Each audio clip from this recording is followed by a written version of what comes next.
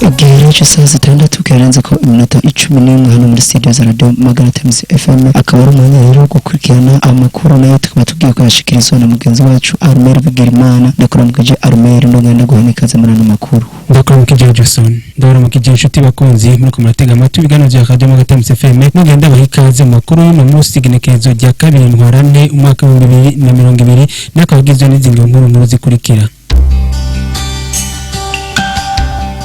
Barashima umwunvikano uri mu kazi kabo ndetse bagashima n'ukuntu abajeje umutekano bavyifatamo neza iyo bishitse hakabaho ukutumvikana aho nawe akaba ari abakokayi hamwe n'abashoferi basanzwe bakorera kugituro cyo mugitaza. Abatoza kori bo mwisoko ryo ku Rutumo ngo ntiborohegwa muri kino gihe ahasanzwe hari ubukene buzura inzara mu bene gihugu. Urudandazo rw'inkoko ngo rusa n'uko ruratera imbere muri zone ya Minago naho zishika zikategwa n'ingwara zikaca zipfa ku bwinshi. Mu buhinga bw'ivyuma turi kumwe na Jean Chiza mu kanya n'inkuru imwe kwayo. Gwino muri sanze muri radio Magaratamze fe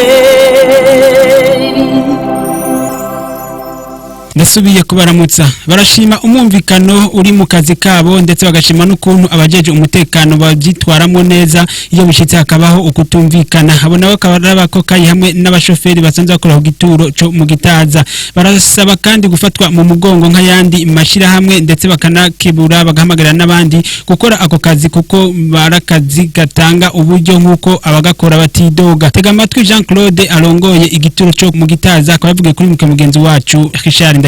Iyo bishitse umushoferi akatugumukana kurira imodokari wakagenda twarasezereye ibintu byo kunigana gushwana gutukana turaheza tukitura abajejwe intwaro baba bashizweho n'abatowe muri abo baturongoye administration locale canke naho tukitura inzego z'igipolisi kugira ngo zidutature canke zitwubahiriza mu mwuga wacu ko dukora twisunga amategeko y'igihugu. Oya abiyumvira ko akazi k'ubuko kayara akazi gakengeretse nabihenda cyane numwuga nk'iyindi myuga ego benshi barabinegura mbega bajya abantu bakoma induru hajya birirwa mu barabara izuba ribakubita bibamariye iki bamwe banadufata mbere kumengana abantu twabuze ico dukora ariko twebwe nk'abantu tubaye muri uwo mwuga dutunze imiryango turakenguruka cyane twifata nk'umwuga kandi umwuga mwiza umwuga dutunga imiryango biratuma twiyambika biratuma twambika abana imiryango yacu ikaronka ifungura niyo mpamvu twebwe dushima cyane uwo mwuga kandi turawukenguruka gose wanashima naje tuvugana ubwanje nashobwe na mashure niga byose nabifashwa n'umwuga wacu wo gukoka ikintu nosaba kugira ngo tworoherwe mu mwuga wacu wanashima bibandanye bigenda neza ubwa mbere ho nosaba ko abashoferi tubandanya tubana mu bumwe n'urukundo tukubahana umushoferi agakora umwuga wo kunyonga mukokayi nawe agakora umwuga wo kwereka ingenzi yo zigenda bisho twosaba naco intwaro canke leta nuko bodushigikira bakadufata mu mugongo nk'ayandi mashira hamwe mu gihe tubituye bakadutunganiriza nko batunganiriza abandi. Reka tuve mu makuru januruza tuje umakuru yiterambere ngo abatoza kori bo mwisoko ryo ku Rutumo ntiborohegwa muri kino gihe ubukene busa n'ubwimonogoje mu bene gihugu.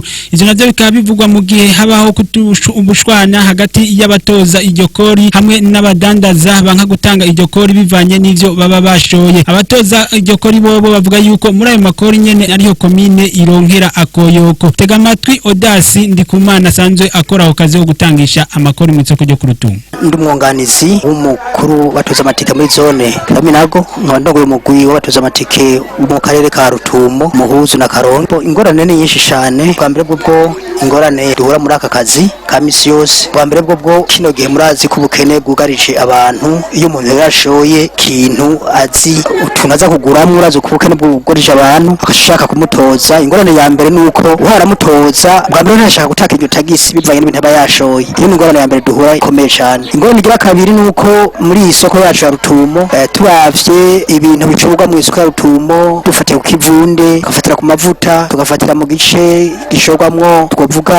ibiraya ibijumpu amateke kanibindi. Aho hantu haza abantu benshi twovuga abantu aho nikora aho hantu rero harakura kubera ingorane cyane kuvyo mutoza amatike twashwana kuko baza bafise ubukene kandi baba baje mu isoko kugira bikenure gutanga tagisi biragora cyane. Akarusho kanini kariho isoko ya Rutumo kwa mbere bwo komine irayizeye ko vyinshi na cyane mu kivundiro mu mavuta aho turahakura umwimbu munini wa komine kandi zirashishwa rumuri kuko mu kivundiro mu mavuta tuhakura nk'amahera ashika ku bihumbi 60 hagati ya 60 na 50 muri ivyo bice bibiri gusa ako nakarusho twovuga ko turinjeza komine shara tukiri muri ico gisata nyene ngo urudandazwa rw'inkoko rusanzwe rukoratana imbere muri zone ya Minago ngo naho bishika zikahura n'ingwara ndetse zikaca zipfa ku bwishi abazidandaza barashobora kuronka ico bifashisha mu buzima bwabo ndetse bakanasaba leta yuko iyo bashigikira eka maze ngo ikanashinga n'ibiciro ngo ku nkoko zisa n'izingana tega amatwi Nyabenda Felix asanzwe adandaza inkoko ubuzima bwanje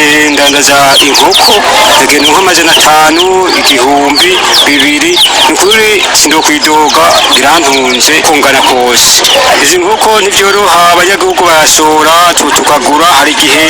tumvikana ibeyi tumvikana 15 12 nkabaha nenso ugasanga ndaronse igihumbi cyangwa ndaronse ko amajana 5 yage bimpombana sanke bigafa nk'ubu kino gihe inkoko zimwingwara borane duhura hari gihe zipfa sanke zisemuhira zikagwara Abatoza amatike yage dutwa nk'inkoko basanga ku Rutumo iri amafaranga amajana 2 sanke izana uko izo ngorane dukunda guhura iyo ndosaba leta nko mu bindi bihugu barashobora gukinga abanyagihugu bato nk'uburyo basoye bakavuga ati igisiro niki uzorenga ko azohanwa muganga k'igigushwa leta y'u Burundi umunyagihugu yifitiye ibeyi yisingira turavye mu bihugu vyo hanze basanga igisiro ageza ko muganga wasohoye ikintu mukora mu maduka asanga ibintu zibigenda biraduka igisiro twego bato no gasanga tugenda atakuntu turonka umutahe ugwa nk'ivyo bintu basanga turuko twabaho nabi ivyo ndosaba leta Kwisaha zitandatu zanzo kiminota 10 muri studio za Radio Magata FM akaba ari naho turangirije amakuru yacu no musi reka ndabashimire mwebwe mwese mwari yateze amatwi nkengurukire abo mu ruganda gutorokanya amakuru yadutorokanije ntibagiye gushimira Ciza ja yatumye amajwi abashikira neza amakuru namwe kamwashikije na Armel BIGIRIMANA mugiraho muba mubaho Gwino muri sanze muri radio Magara FM